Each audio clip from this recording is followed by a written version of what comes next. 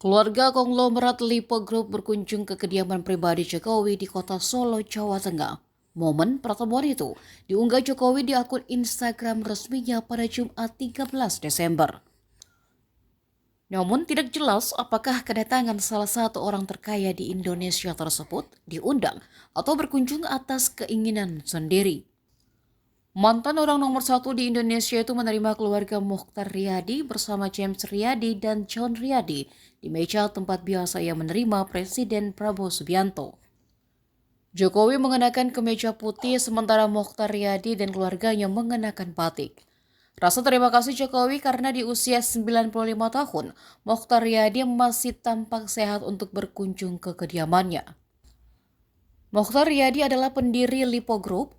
Lipo Group dikenal dengan jaringan bisnisnya yang luas, mencakup sektor properti, pusat perbelanjaan hingga rumah sakit.